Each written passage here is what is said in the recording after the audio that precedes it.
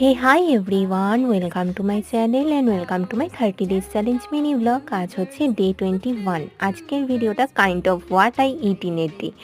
যাই হোক, সকাল সকাল উঠেই আবার গেছিলাম পড়াতে, দেন পড়িয়ে এসে খেয়ে নিলাম প্যাকেটের মশালা ওটসগুলোর, যেটা রেডি টু ইট হয়। তো ওইগুলোই ঝুড়ি ভাজা আর একটা বড়া দিয়ে খেলাম। তো এটা খাওয়ার কিছুক্ষণ পর আবার খিদে পাচ্ছিল, তো খেয়ে নিলাম একটা কলা আর ঠেকুয়া। দেন চিনি এসেছিলো, তো চিনির সঙ্গে বেশ কিছুক্ষণ খেলা করলাম। দেন স্নান সেরে নিয়েছি, স্নান সেরে এসে দিয়ে দিলাম গোপালের পুজো। তো গোপালকেও আজকে ভোগে ঠেকুয়া আর লাড্ডুই দিয়েছিলাম। দেন সবাই মিলে একসঙ্গে লাঞ্চ করলাম। তো লাঞ্চও ছিল একদম সিম্পল করলার চচ্চড়ি, ডাল ভাত, আলু সেদ্ধ আর তিলের বড়া।